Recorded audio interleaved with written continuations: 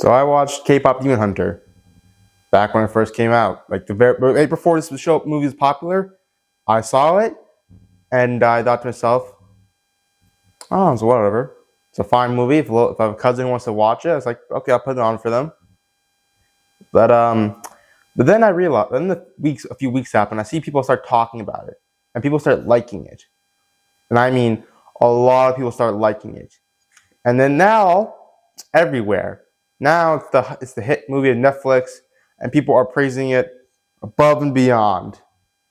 I thought to myself, am I missing something? Went back to watch it. Same opinion. It's a whatever movie. I'm not getting aboard the K-pop Demon Hunter hype train. Sorry, guys. What is it about? Well, it's about three K-pop people in a K-pop group who use their song to trap demons in hell, and they also fight them with a bunch of, you know, like magical weapons, stuff like that. But all of a sudden, there's a rival boy K-pop group comes from hell to fight off to challenge the demon hunters' supremacy as the number one K-pop stars. Again, when I heard that premise, I thought to myself, this is just gonna be whatever. I was just bored, trying to waste some time. I saw this was like popular. It's like, this looks like harmless enough to watch, and it was just a whatever distraction. I didn't think much about it, and I actually did do a review pre-fame because I thought to myself, it was like very, very first early days of this channel, and the review got lost in time. Some complications that I won't get into, but yeah, it's gone. And again, I didn't think much of it, but now it's even after all this time, it's like number 2 on Netflix. One of the songs from the movie are on the 100 Billboard chart. They're topping it. They're number 1. It was just a huge phenomenon, and I'm like, I'm here trying to understand what is it about this movie that everybody likes. And I watched a few reviews, and I do understand why people like it, but I still don't like it. I don't know. This just for me feels like a simplistic kids movie like Elio. But why is it that? Well, first of all, the characters. They're all pretty standard characters. I can't even remember their names. They're pretty forgettable to me. There's the main one, the main K-pop group. She's also apparently half demon. I'm not sure if that's a spoiler or not, but it's not like a major thing like, oh my god, surprise. Yeah, there's that part of her character, and she's a very flat character. There's like her trying to conceal that part, but also being an over workaholic. But the message of the movie is actually being a workaholic is actually kind of useful. That's like, at least that's what I got from the ending. That's just another, and yeah, I'm gonna go into the themes later. But that's one of the few inconsistencies. There's a friend, the really goofy, silly comedic relief one. There's a more serious, edgy one, and yes, those three, and they have a fine dynamic. They're not like the most engaging groups ever. They're no Team Avatar, but they're perfectly watchable. They feel a little too similar to me. I mean, yeah, again, I said the differences, but they're not that much different apart. I guess one's a little more hyper, one's a little more grouchy, one's kind of more serious. It's very standard tropes, and they're just very standard characters.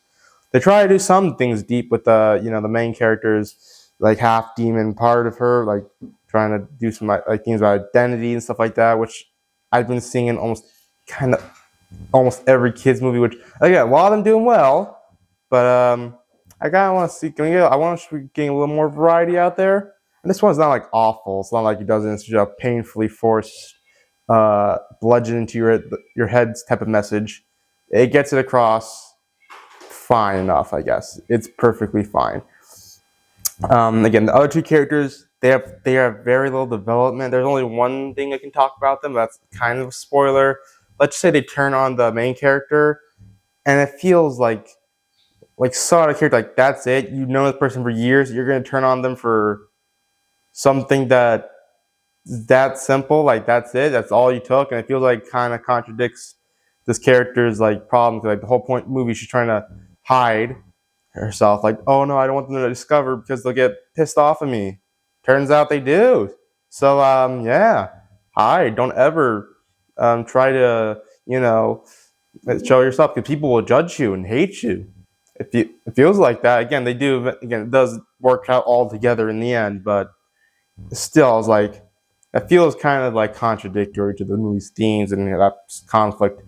And that's not the worst example. But before we get to that, there's one more character. There's the leader of the boy K-pop group, and he has a little connection going on between him and the female K-pop leader. And his character has actually kind of interesting backstory. Too bad he goes nowhere. He kind of just gets abruptly finished. It's like, oh, that's it. That's all it is.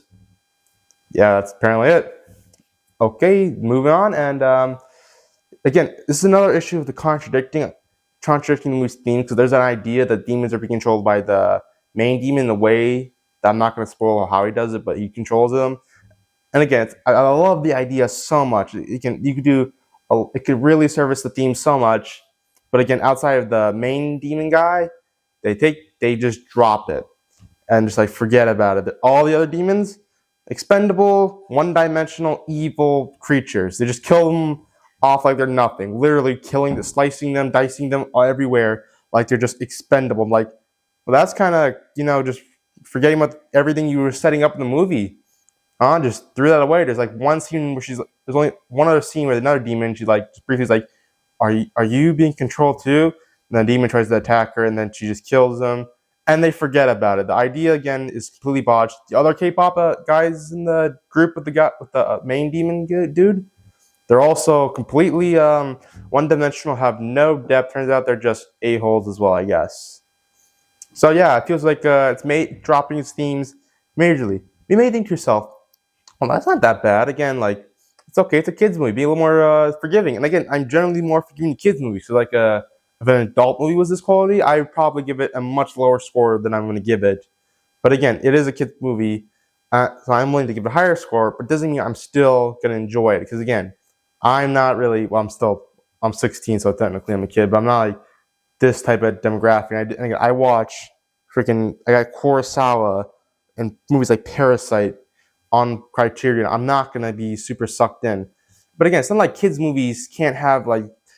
I love kids movies because there can be some that are very great. There's the Pixar ones. There's the Puss in Boots: Last Wish, Spider-Verse. One of my favorite movies is the Lego Movie. In fact, I see it as the movie that really made me want to be a director more than any other movie. The Lego Movie.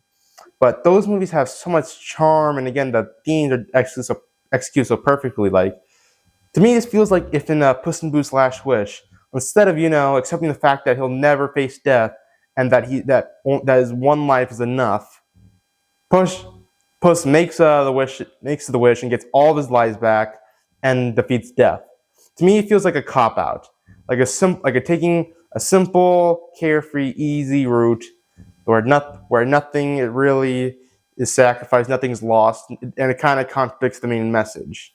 It's not like it's so small, like in the same way of say, what was that one Lion King where like there's one scene, I'm not gonna spoil, but again, there's one scene like really it's one minor scene, barely plays into the movie. This is kind of the whole climax. For me, it's like the ending of Beauty and the Beast, another movie that I feel like doesn't the ending kind of contradict the message? And again, that's my major issue with this movie. But then there's also the music, which is like, again, gone nuts. I don't really like it. People love this music. It's not for me. Again, like something like Sinners, like that's my type of music. I showed you my vinyls before. That's the music I listen to. This music's not going to appeal to me. Sorry to tell you guys, I'm not a fan of this movie. If you love it, keep loving it, keep going crazy over it. But I'm not getting aboard this train. Sorry, have fun without me, guys. 6 out of 10.